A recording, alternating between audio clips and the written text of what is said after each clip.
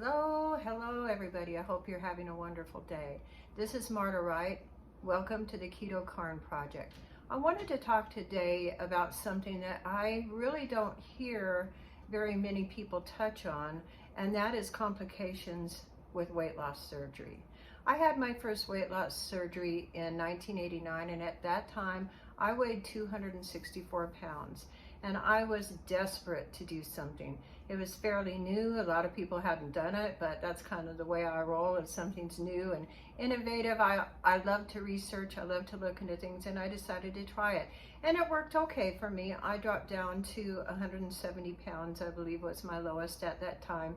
And of course, like everybody else, I started gaining weight. You know, they never really went into a whole lot about diet. Just eat less, your stomach's smaller, and you're gonna lose weight.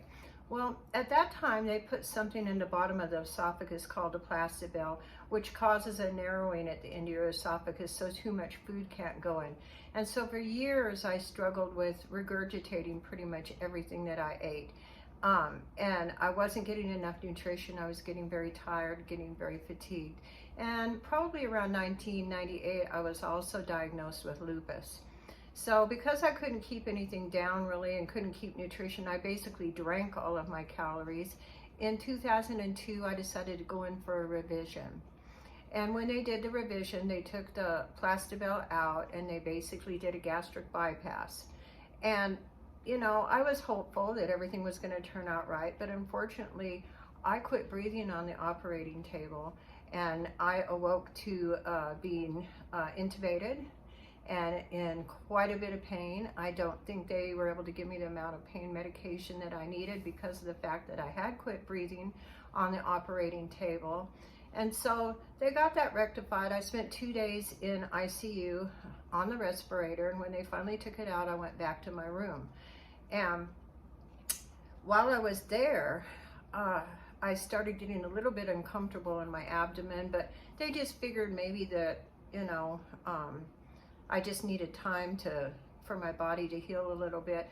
But when they did an x-ray, oh well, they nicked something in there. And so a week after the first surgery, I was headed back into the OR for a second surgery. And it was brutal. Those surgeries are so painful and so brutal, and you really do have an incision from the bottom of your breastbone all the way down to your belly button. So that's a lot of stuff to cut through. Anyway, so we figured I was going to be fine, and they sent me home. I got home, and a few days later I went to stand up, and I had been feeling horrible. I still have nightmares about that time, and that, you know, nightmares that I'm not going to make it, because I literally felt so bad. I was terrified. Well, I went to stand up, and my friend was there with me, and all of a sudden infection just gushed everywhere, and I was so scared. So I called my niece, who is a nurse. We got to the hospital, and basically I had a horrible infection, which they had to clean out. It left me with an open hole in my abdomen the size of a grapefruit. So gradually they packed it, and it started going together. They sent me home, and eventually they were able to go back in and close everything up. Well, shortly after this, when I was finally able to go out and, you know, start eating a little bit again, I really didn't get very many diet counselors or people telling me what I should eat. In fact, people looked at me and wondered why I was there, because I was only 170 pounds. And the whole goal really wasn't to lose a lot of weight real fast. It was to try to feel better so that I could actually put good, healthy foods into my body. The problem was I didn't know what the good, healthy foods were. So a few weeks after that, my husband and I were at Walmart, and I started feeling really funny. I started seeing little Sprite lights all over. And, you know, he realized, because he had been an EMT, he needed to get me out of the store. And by the time I got out of the store, I collapsed. And he called paramedics, and they took my blood sugar. It was 42. So we didn't really connect blood sugar with diet. They even thought at that time that it might have been a seizure. So I went on, talked to the doctor about it. The doctor couldn't tell me what to do, because he really didn't know what to do. And so I just kind of lived with it. And the problems with low blood sugar happened every time I ate anything like bread, potato, fries, anything that's super carby, and it was especially bad if it was something that was mixed with sugar. Again, I didn't know how to fix this. So kind of went on and on throughout the years with this, and I kind of started to figure out, okay, this happens every time I eat really carby carbs or really carby carbs mixed with sugar, so I'm going to have to be careful. But sometimes I would just eat a couple of fries from somebody else's plate and it would happen. It's very, very scary, because what happens is your mind is there, but your brain is not communicating with your body. So I knew what was happening, but I couldn't always get that across. So anyways, time moves on, and one night I ate something that I probably shouldn't have, and I got extremely sick to my stomach. Now that is another thing that is prevalent in weight loss surgery. If you eat the slightest bit more, or especially if you eat carbs with sugar, you're probably going to get sick to your stomach. And when you get as sick to your stomach as I do, nothing comes up. So basically, you're dry heaving. And when that happens, your vagus nerve can shut your body down. So that would happen, and I would pass out. And then it happened one time, and my heart actually went into AFib. And it's because of all the stress on my heart, that heaving. One time I was in the hospital, it happened. All the nurses ran in because they thought my heart had stopped and that I was having a heart attack. And both of these things are directly, in my life, attached to weight loss surgery, but I've never heard anybody discuss them. I've never heard anybody discuss how you have to excuse yourself and go in and have dry heaves in the bathroom because your stomach's so upset. I've never heard anybody make a connection between the retching, the dry heaves, and going into AFib. And I've never heard anybody who's had weight loss surgery talk about having low blood sugar. But I believe that there's a lot of people out there, and now I'm going to tell you how I conquered it. This, probably around the first year, my stomach started to bother me very bad. I had been doing just modified keto, just kind of keeping everything as level as I could. I had put on a few pounds, and I pretty much decided that I was going to go directly on keto as soon as these stomach issues cleared up. The reason that I couldn't do that is because I couldn't keep anything down and I couldn't keep anything in. And this kind of got worse and worse and worse until we took me to the hospital in March, and they couldn't figure it out. What was coming out of my body was water. It was liquid, to the point they had to put cat litter in the toilet they put by my bed. And that's how they sent me home. And so here I was, not being able to eat anything, and just my body's just purging and purging. And nobody really ever got down to the bottom of it. And I ended up going back to the hospital again, and they did keep me overnight. They were a little bit worried because I had a history of AFib, so they did a heart check, and they, sorry about that, and they found a little bit of fluid around my heart, and they wanted to do a esophageal test where they go in with a camera, and they wanted to do go up the other way and check to make sure that everything was okay, but they were mostly worried about my heart. Today is the 27th of August, and I still haven't been to the doctors to get my results. I assume that they're okay because nobody's called me and said, Mrs. Wright, you need to get in here right now. So I will update you when I get my results back, but I think that they're okay. So when I was in the hospital the second time, again, I hadn't eaten. I was so thirsty. My body was just starving. And I told them that I wasn't eating sugar because I was doing keto at the time. And but I told them that, I hadn't eaten for a couple of days because my stomach had been so sick. Could they bring me something? They brought me Jello with sugar in it and powdered beef bouillon. Now, for somebody who hasn't eaten several days, that's just not too cool. The first meal I got in the hospital was also loaded with carbohydrates and sugar, and by the time I had called down to the kitchen, it was closed. So basically, I laid in the hospital for 3 days, and I didn't eat anything. The hospitals really need to get up with the nutrition stuff and start getting better quality things in there. They could have given me a low-carb keto shake, something with some nutrition in it. But they didn't, and I went home. And before I went home, I was searching on the internet, and I was thinking, Lord, there's got to be something for me. There's got to be something for me. And I came across Dr. Ken Berry's interview of Kelly Hogan. And I'm telling you, I've never been so inspired in my life, because that's when I made the connection that maybe food was making me sick.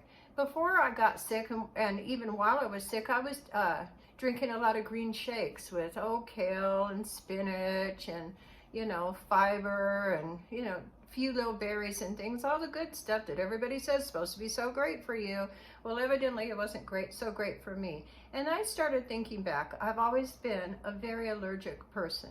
And the last time I went in to have allergy tests done, the nurse came in and said, oh my God, I had reacted to everything.